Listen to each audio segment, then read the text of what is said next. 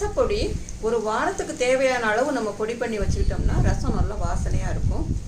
அதுக்கு தேவையான பொருட்கள் இப்போ பார்க்கலாம். மீடியம் காரத்துக்கு 20 மிளகாய். உங்களுக்கு காரம் கூடவோ குறைச்சோ வேணும்னா அட்ஜஸ்ட் பண்ணிக்கோங்க மிளகாயை. 1½ டேபிள் ஸ்பூன் தனியா, 1½ டேபிள் ஸ்பூன் ஜீரகம், 1½ டேபிள் ஸ்பூன் துவரம் பருப்பு, 1½ டேபிள் ஸ்பூன் மிளகு. ஒரு வாரத்துக்கான அளவு இங்கே நம்ம எடுத்து வச்சுருக்குறோம்.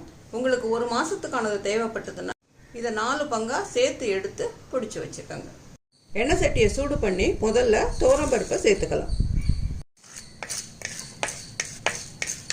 இது லேசாக சூடு வந்தோடனே மிளகு, ஜீரகம், தனியா, மிளகாய் இதை வாசனை வர வரைக்கும் வறுத்துக்கணும். வறுபட அந்த மிளகாய் முன்னைய விட சரசரசரன்னு சத்தம் கேட்குது பாருங்க. துவரம் பருப்பு நல்லா செவந்ததும் அடுப்பை நிறுத்திடுங்க. இதை நல்லா ஆற வைங்க. ரொம்ப நைஸாக இல்லாமல் இந்த மாதிரி கொஞ்சம் கொரகொரப்பாக அரைச்சி எடுத்து ஆற வச்சு பாட்டிலில் போட்டு வச்சுக்கோங்க. உங்களுக்கு கருவேப்பிலை வாசனை ரொம்ப பிடிச்சதுன்னா கருவேப்பிலையும் இதே மாதிரி வெறும் வானலியில் வறுத்து இதோடு சேர்த்து பிடிச்சி வச்சுக்கோங்க. நான் ஃப்ரெஷ்ஷாக போடலாங்கிறதுனால இதோட சேர்க்கலை.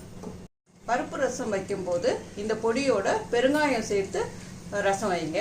பருப்பு இல்லாத ரசம் வைக்கும்போது இந்த பொடியை போட்டுட்டு பூண்டு தட்டி போட்டு ரசத்தை இறக்குது. இதை செய்து பாருங்கள். செய்து பார்த்துட்டு உங்களோட கமெண்ட்ஸை எங்களுக்கு எழுதி அனுப்புங்க. இந்த வீடியோ பிடிச்சிருந்ததுன்னா லைக் பண்ணுங்கள், ஃப்ரெண்ட்ஸோடு ஷேர் பண்ணுங்கள், நம்ம சேனலுக்கு சப்ஸ்கிரைப் பண்ணுங்கள். நன்றி, வணக்கம்.